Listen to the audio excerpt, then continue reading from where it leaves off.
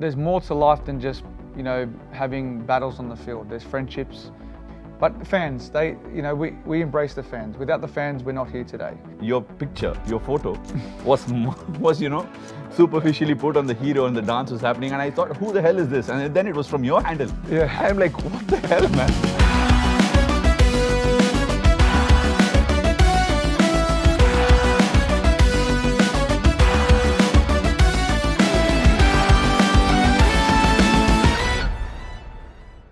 Hi, hello, and welcome back to Kutti Stories with Ash, brought to you by Peter England. And today's guest is someone who I don't know if he's really an Australian or an Indian.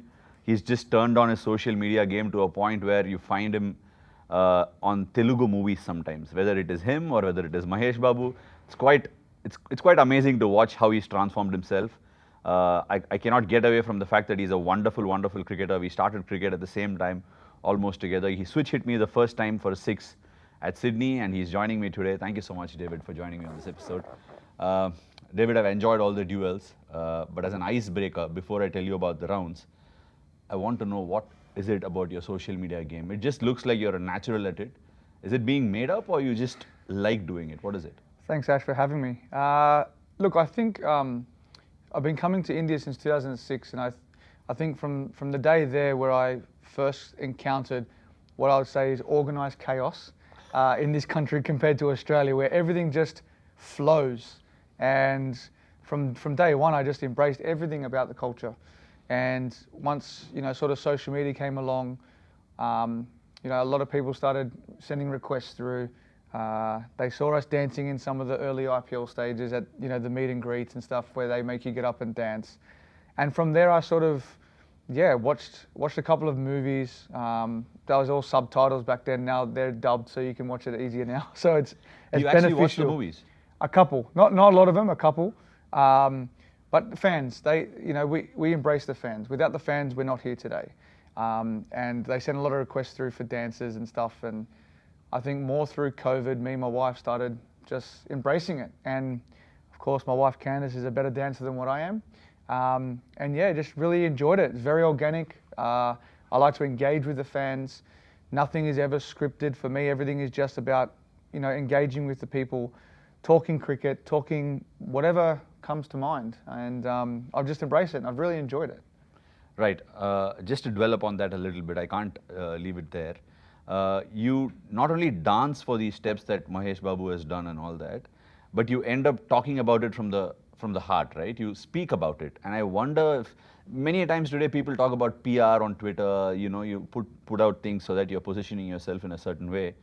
Do you really go into the depths of it to know about it and then talk about it? Or it's like, okay, I know the surface of it and I go there? Or do you enjoy the people associated with it and get into the depths of it? I enjoy the fan aspect of people sending requests, and then I try and fulfill people's requests. And we talk about some actors and actresses. We understand where people's backgrounds are from, because you can't just go out there and just copy steps and whatnot. But I feel like when I'm engaging with the fans and they're sending requests through, you see the level of the movies or the dance steps, everything just go to another level. Like, it's incredible. I think the Butta Bama was the first one, and everyone was saying, like, hardly anyone, when I say hardly anyone, say 25, 50 million views. And then within 3 to 6 months, it's up to 800, 900 million views. But that's the significance of the fans. The fans embrace it. So what happens is people start watching, other people do the moves, and then, you get engaged with it. So, I just go with the flow. I can't dance to save my life, but when I saw you dance, and there was this other videos where your picture, your photo was superficially put on the hero and the dance was happening, and I thought, who the hell is this? And then it was from your handle. Yeah. I'm like, what the hell, man? Anyway, guys, it's time to flip into the first round. I can keep going on and on because there's a wonderful aspect of David that I've enjoyed. It's the first round, Reminisce with Ash, where we'll be talking about the stories of David in the IPL and off it as well.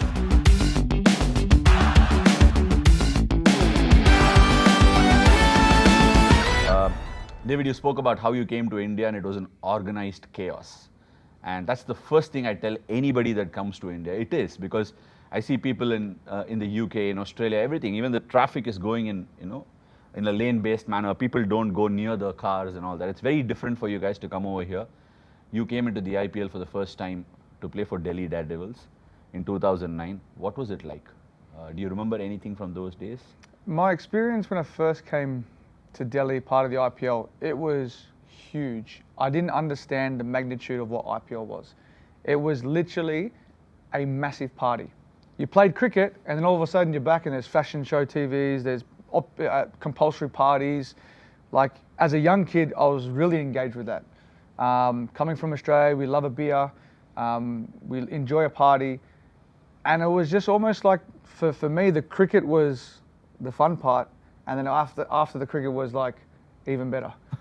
And we didn't really understand that. And I think, you know, it probably took me a year or two to embrace the fact that we're here to play cricket. It's serious business, but it's India's biggest party, and that's about playing for your franchise, winning for your franchise, and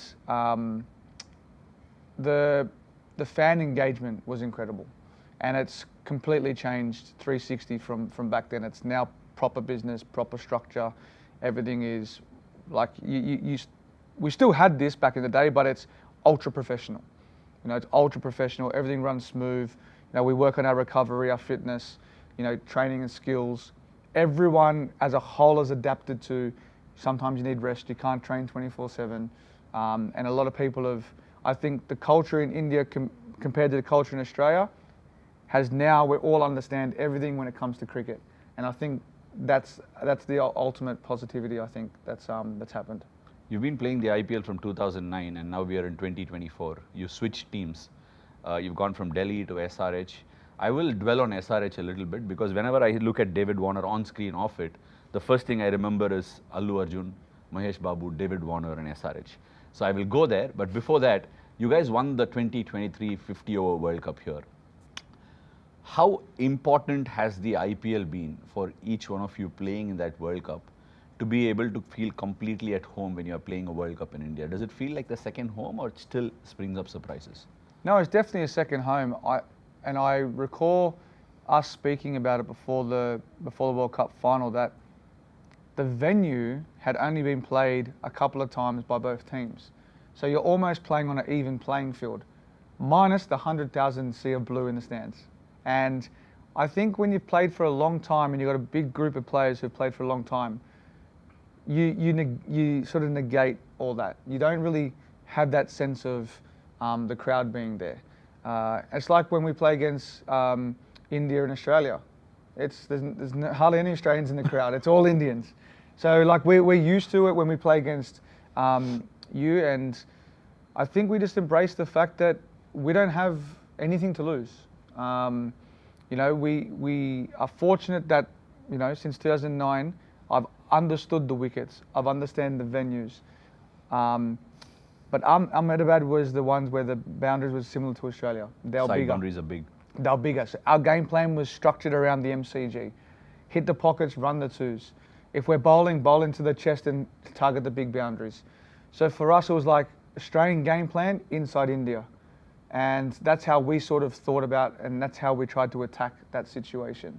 But going back to what you're saying, it helps, definitely helps being part of the IPL, practicing on the wickets. Practice on the wickets over here, for whether it's test, it's white ball cricket, you understand the ground, you understand the pitches, you know different, you know, red soil, brown soil, is it going to turn first innings, where's it going to turn second innings? You sort of get that great understanding. And we've got a lot of experience in that team. And I think it wasn't just by chance that we played the way that we did, it was more the understanding that we had of reading the wickets. When you come into an IPL, right, you spoke about how you know about these conditions. You come into an IPL, in 2009 you came in for the first time. Speaking to Donovan Ferreira, who plays for Rajasthan Royals now, and he said, last year when I came into the IPL, I thought it was going to be gala and fun. But this year, I've come with a purpose. I get a lot of net bowlers, I get access to coaches, I get access to different venues and different pitches. I want to be a better cricketer when I go back home. Did that ever dawn upon you as a young David Warner, or it just took a little bit more time? How did you go about it? Yeah, I think one thing that I did notice was that when you were here, you had so many net bowlers. In Australia, we basically only face our bowlers.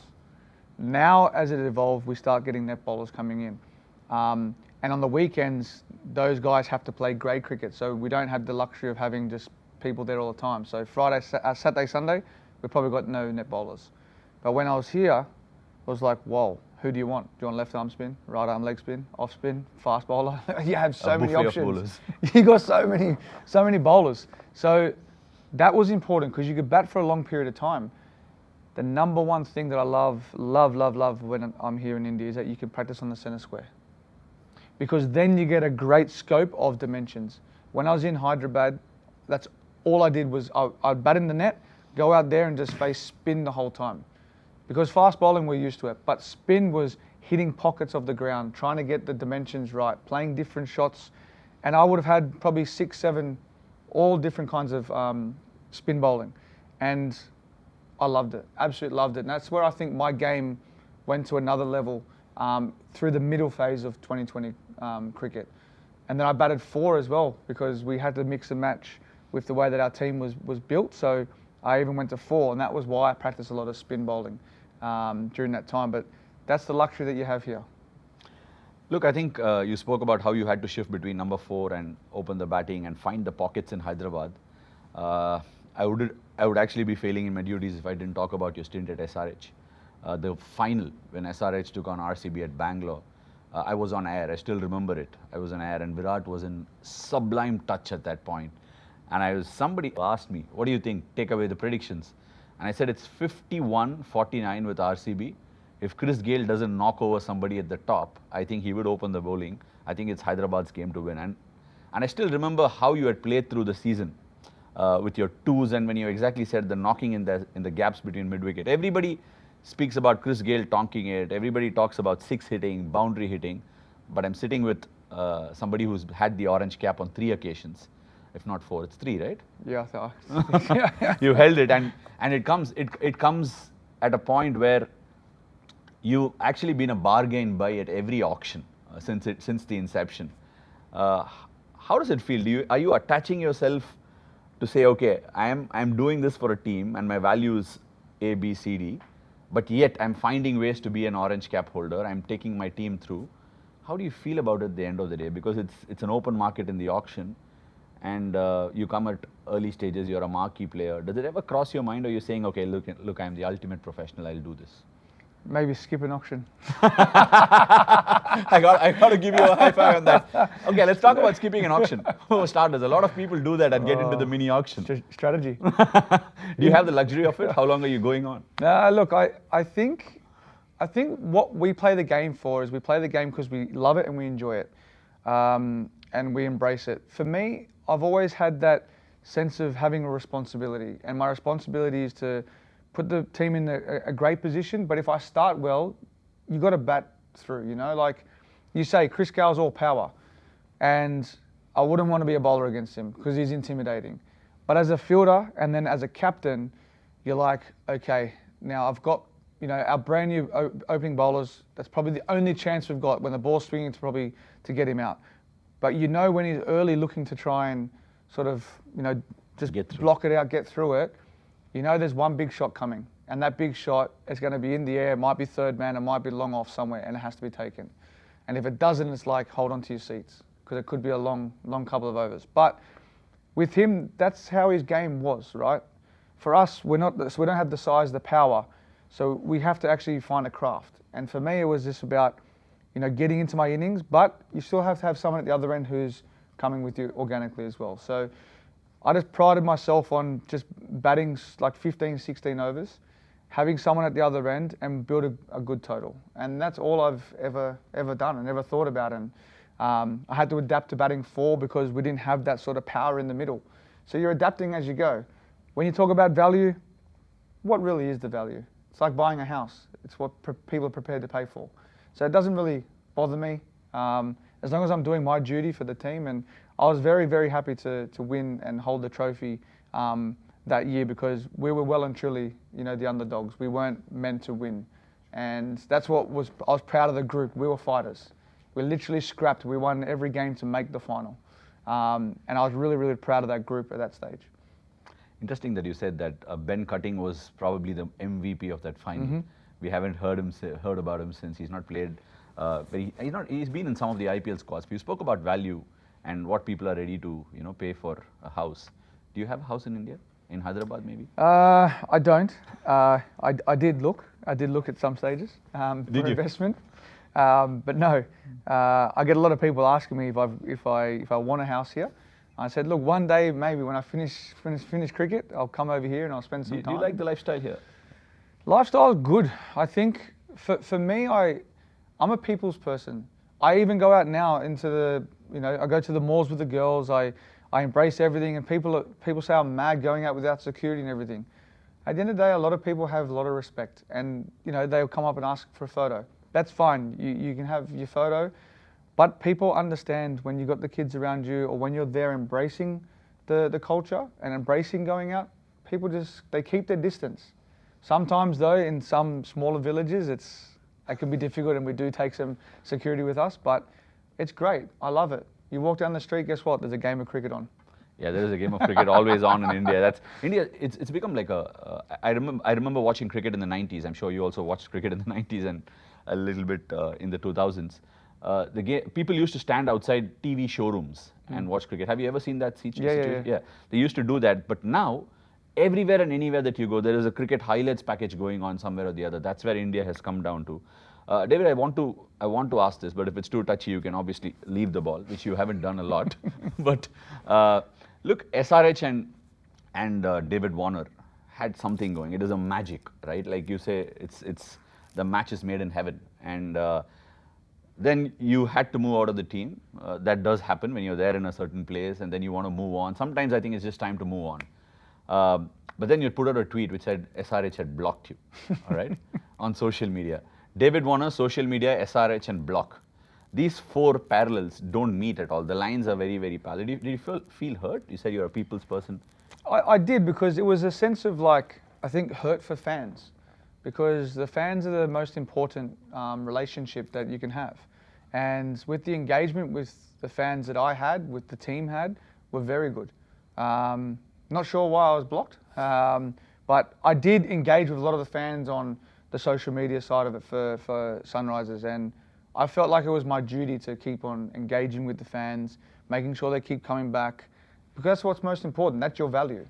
But from the blocking point of view, I don't know. I've been sitting on it for about 5 years, but it was bizarre. It was bizarre, but at the end of the day, I've still got the fans that come onto my page, and I talk to everyone, so that's great. You speak about fans all the time, and that's I haven't heard many cricketers speak about fans at such length. You've done that, so I want to ask you whether you had any fan interactions, or you had any experiences with a certain fan that's been very special, or that's something that you always remember. Is there anything? Yeah, look, I've got, as you say, with Hyderabad, the Orange fan army. I touch base with them quite a bit. They asked me to FaceTime them, and they're super fans, right? Okay. So for me, I like to give back all the time. So whenever they want to have a chat, I'll chat with them. I'll meet. I've got a fan. What do you really chat about? Just cricket. Like they just want to engage and ask a few tips and stuff like that, and yeah, I just have a conversation. There was 3 or 4 people in Australia that used to abuse me on Twitter. And I just said, look, at the end of the day, I said, what is your problem? Come have a beer with me. Let's have a chat, beer, coffee, I'll buy it, no worries. And we sat down and had a chat, and they're like, oh, you're a good person. I was like, yeah. I said, you only know me because of what you see on the cricket field. If you don't like me, what you see on the cricket field, why are you watching? So I was like, come and meet me. So I reached out and said, come, let's have a coffee, let's have a beer. And then all of a sudden now, they're talking to me every day, I speak to them. But that's people's opinion of what you see on TV. Sometimes it can be like us on a game. We've never played with these people in the IPL or whatever. We just play test cricket against each other. So you ask everyone, what's he like? I see him, I portray him as like this bit of ego guy on the ground and chirp, chirp, chirp. Yeah, that's me on the field.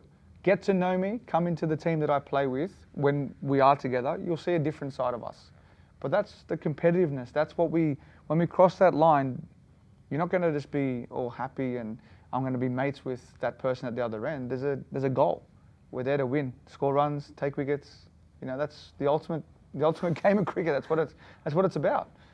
So I don't get why people want to abuse us for what we do on the field. I'll tell you what it is. I can't agree more with you, but I've had experiences like that. Sometimes it becomes very difficult if the number of people keep increasing. I met with a fan and he said, "Oh, you're a lot of fun. We always thought you're very serious." And I'm like, "Why did you get that impression?" And he said, "When you're bowling, you're looking serious. You don't smile." I'm like, "Dude, I'm getting hammered for a 6. I can't keep smiling. Just not me." And you're right. In a way, people don't know you personally. They don't know about you personally, and they're looking at you from a distance and making an opinion. And for all you know, you could not probably be your best version with your own teammates sometimes. Yeah. So the opinions are going to be very different. That's a very interesting point that you said. It's a very deep one. David, one last question before we dive into the next segment. You look, at least when you speak, I cannot vouch for you. You look very emotionally connected and vested with the whole fans and what you do in India and stuff. You had some real ups and downs in your international career or as a person. And now that, I would actually think even moving away from a team like SRH for you would have been emotionally a little bit of a hit. You had a big episode in South Africa, then you were left out of the game for a while, and then you made a comeback and all that. How did you deal with it? We saw you break into tears and all that. There's a lot of emotional trauma that you had to go through. How did you deal with it? How did you come out of it? What's life taught you? My biggest thing, Ash, was the support from my family. My wife, incredibly strong human being. And when I left Africa, the first 4 or 5 people that came up to me were priests. They gave me their card and they're like, "If you ever want to reach out, we're always here." And then we went on a holiday just after that, and there was a big church convention. And I was like, something's not right here. I said, someone's speaking down to me. And I've always had like my grandfather in the back of my mind every time I go out. He was one that I only knew of my parents' parents. So for me, it really sat well with me that someone was watching above me. And from there, I sort of went back in my mind going, why am I here? Why am I playing the game? And it was the love of the game. And I think you can probably attest to this. We're in a constant bubble at this level. I went back and reached out to the grade cricket where I grew up playing through. I went back and played some grade cricket. The people that are working in the canteen, the people taking on and off the covers, the kids that come to the game beforehand and play their junior cricket, all this came back to me and was like, this is why I play the game. Volunteers, parents taking their kids to and from, driving hours to training. That sense of community, the sense of cricket and what cricket's actually about really touched me. And I fell in love with the game again, but even more, because it took me back to my grassroots and my first initial reason of why I play the game, because it's fun, it's enjoyable. I rock up to play with my friends on the weekend. And then from there, I've always said that whenever I approach a game or play a game, I'm going out with my best mates and playing the game that I love. And it's not a job. It's not a job. It's the game, it's my passion. And without the fans, without the support, we don't sit here, we don't have this, we don't have the luxury of earning from this, So for me, it was about moving forward, spending time with my family, and making the most of what life is, and that's having fun and just embracing it. So for me, it was, the sense of reality hit home, that the be-all and end-all isn't where we are today. And that was the most important thing that stood out for me. And I got to spend a lot of time with my friends, because we get taken away from our friends because of being on the road for 300 days of the year. And I know with you guys yourselves, you come back from international cricket, but then you go and play all your domestic stuff, because you guys play a lot of cricket. But touching back to the people that you love most and care about. Unbelievable. I actually could empathize with you with what you said. Sometimes setbacks in life are meant to teach you certain lessons and drag you back into what is the real purpose of playing. It happened for me during COVID, so I could immediately connect with you. I thought I would never play the game during that break. I didn't know where life was headed, and very interestingly enough, you're echoing the same sentiment. Look, you speak so much about fans and what they do here in this country, and how emotionally you went connecting back to those people who played the cricket and your community in Australia. How different are these communities? Do they have any parallels, or they're chalk and cheese and you have to deal with it differently? Yeah, it's significantly different. One thing that I always love when I come to India is the replays you show on screen is always you guys winning. Always you guys winning. and it's always Virat's runs being scored against either Australia, especially when we come for a test match. Every single screen that is on where we are is India smashing Australia. And I'm like, okay. We've won a few as well. A lot, right? And then we come to Australia. This is no exaggeration. We're playing Sri Lanka, and it was Adelaide Oval. Walking out to bat, Malinga's highlights of bowling me. I was like, I'm in Australia, walking out to play a game for Australia, and I've got Malinga bowling me. My stump's doing cartwheels. I said, where's the embracing here of us winning the game? That sort of stuck in my mind, going, okay, well, who do we want to win? Who are we attracting here? That I tell you, the mind is playing a trick on you, because when we go to England and Australia, we feel like the replay they put on the big screen is always putting Australia on the pedestal. Do you know what I mean? I think it's a bit of a mind playing the trick on you. No, definitely. And I think it might be just us looking up at the scoreboard at the wrong time. Probably. Exactly. Also where we find ourselves at that particular juncture in the game. Yeah, So, exactly. But there is a sense of, like, when we come here, I know specifically with myself, I've almost got this big smile on my face when I land here, because everyone is such loving and positive people. In Australia, sometimes we have this tall poppy syndrome. It's always the negative mindset before the positive mindset. As soon as you come here, everything is positive. Like, you know, people out on the streets, they might not have a bed or anything, a roof over their heads. Guess what? They're playing cricket, they're playing cards, or, you know, dice games and stuff. They're loving life. In Australia, sometimes we don't ground ourselves enough. You know, I came from a very humble, you know, upbringing. I didn't have much at all. But I knew if I went outside and played with my friends and played cricket, football, whatever it was, I was happy. And that's why in my life I just enjoy what I have. Because, you know, you just don't know when things can be taken away from you. That's been one hell of a segment. I've done a few of these episodes, but that was one really, really good segment. We're getting to know David Warner, the person, and I'm absolutely loving it. I'm sure you guys are enjoying it too. So it's about time I just made it a little lighter as well, and also get the inside spiritual guru of David Warner in the next segment, which is the Gentleman's League question, brought to you by Peter England.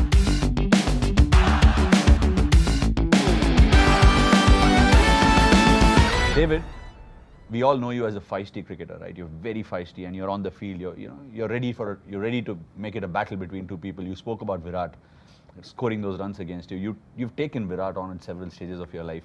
You've taken on so many other people. This feistiness and gentleman, they often tell you that a cricketer needs to be a gentleman. Do they go along together, or people just are not able to get the grey line between those things? What is a gentleman cricketer to you?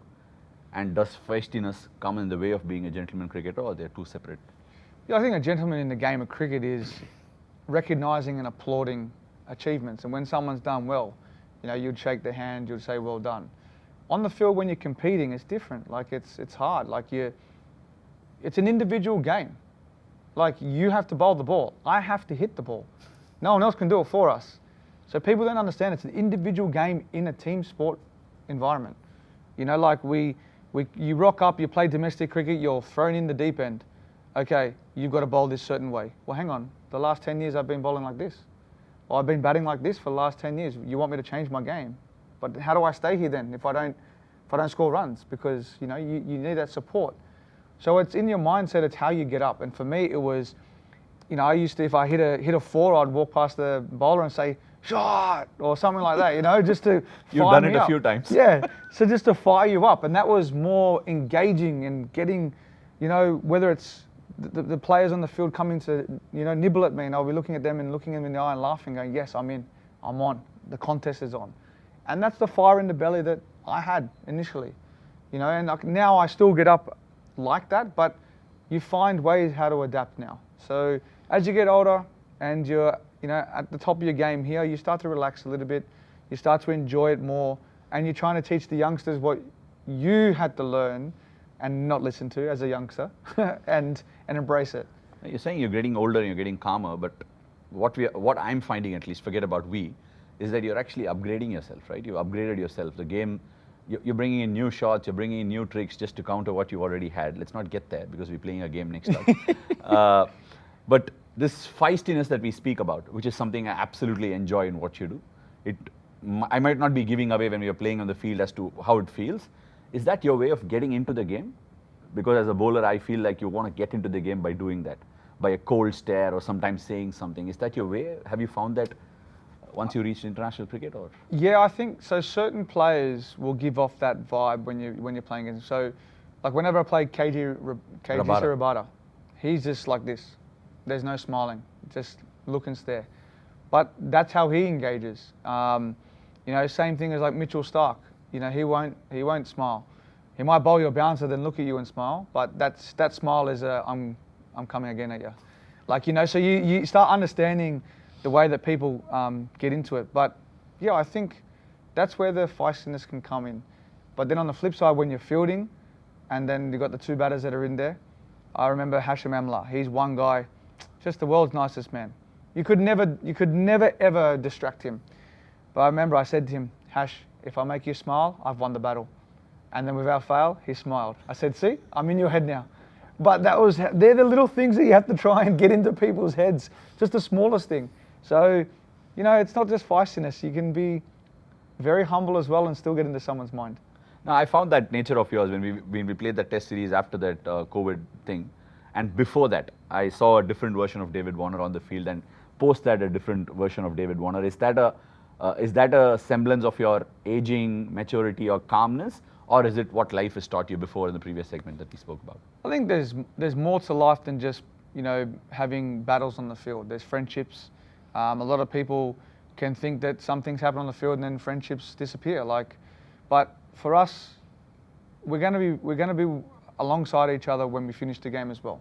You know, and I think that's the great thing about IPL in general, is that it's brought all countries together.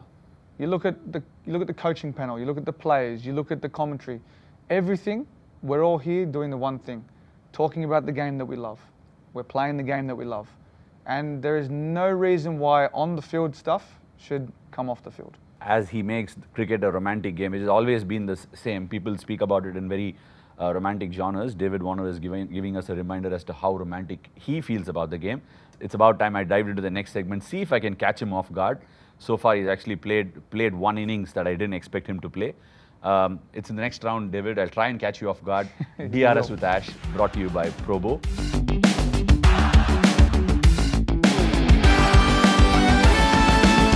David, in this round, I'm going to give you 5 questions with multiple choices around the IPL and largely Australian. Yeah. But before that, I give you an opportunity where I say, you know what DRS is. You think we had a series in Australia where you got out to me, LBW. Ball tracker just nicked the top of middle stump, and you were so disappointed for Pistol raising his hand on that. So if I gave you an opportunity in life, because you've been the spiritual guru today on the show, an opportunity to correct something or maybe review a certain decision you've made, or maybe the game has played on you, what would that instance be, and how would you review that? Oh, wow. Anything. Could be anything. You've had a lot of experiences. Wow, a lot of experiences. I think for me, I'll talk about when I first started the game. Would I be here today if I had regrets? That's the big one.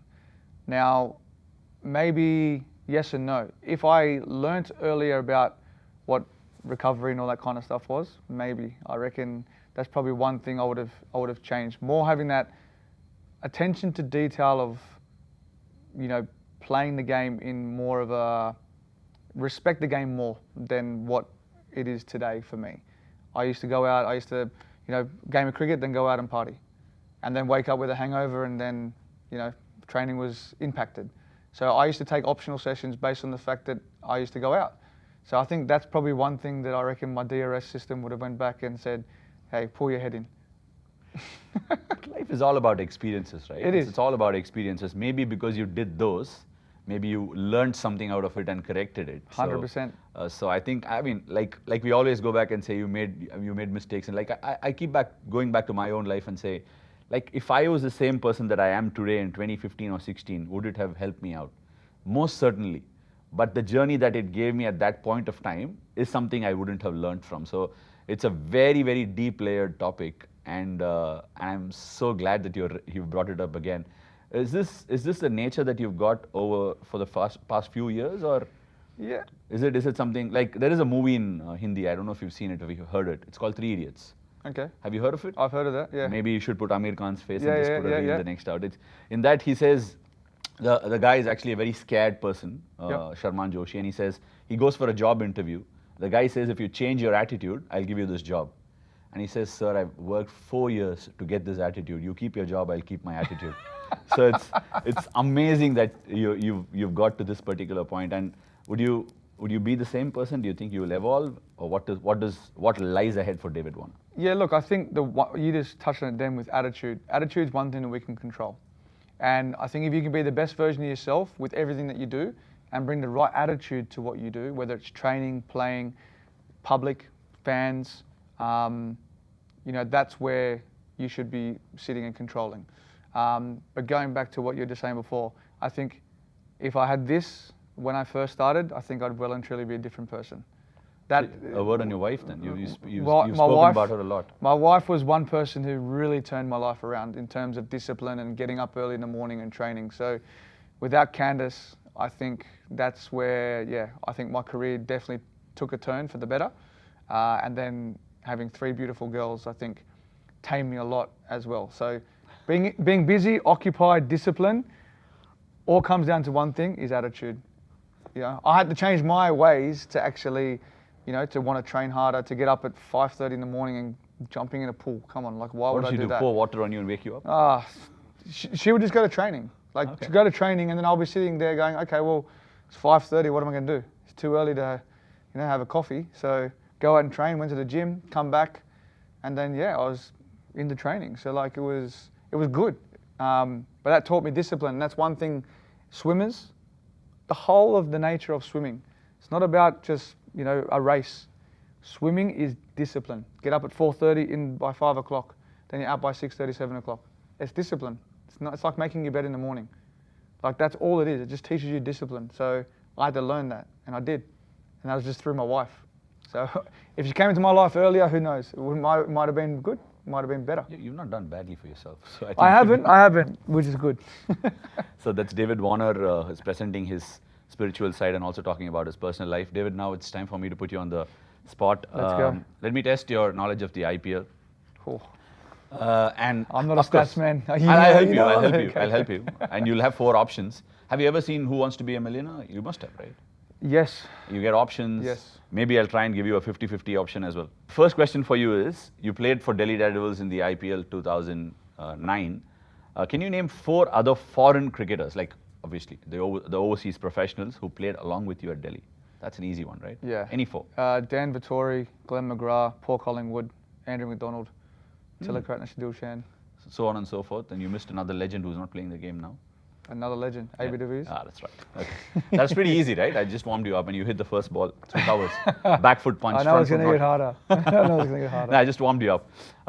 Okay, question number 2. I think this would also be easy for you. How much were you picked for in the first time by SRH in the 2014 IPL auction? 5.5 crores. Sorry? 5.5? Okay, 5.5, that's it. I didn't give him options. This is turning out to be tougher and tougher. I don't know if you worked on this side of your game as well. The question number 3 for you is, how many Australian head coaches are there in this 2024 edition of the IPL? You can give me some options. Yes, okay. Option A, 2.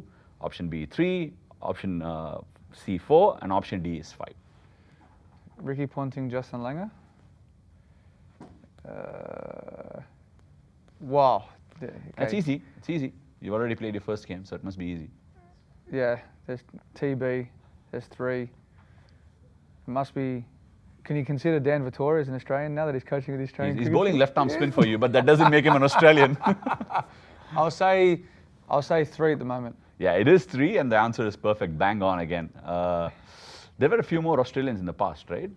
Who else was there? There was, I think, at Delhi Daredevils. Was it Shippard? Greg Shippard. He was there. Yeah. Anybody else that you can remember? Do you see yourself being a coach at some stage? That's a lot of responsibility, Ash. Question number 4 for you. You've got 3 on 3. I don't think anybody has got 5 on 5. 4 Aussie left-arm pacers to have played in the IPL. Name the Aussie left-arm pacers who have played in the IPL. Mitchell Starc, Berendorf. Did Ben Dorschus play last year? Ben Dorschus, I think he might have played. No, he hasn't played a game. Left arm. Spencer played last night. Give me 4 or 5 of them. I'll give that to you.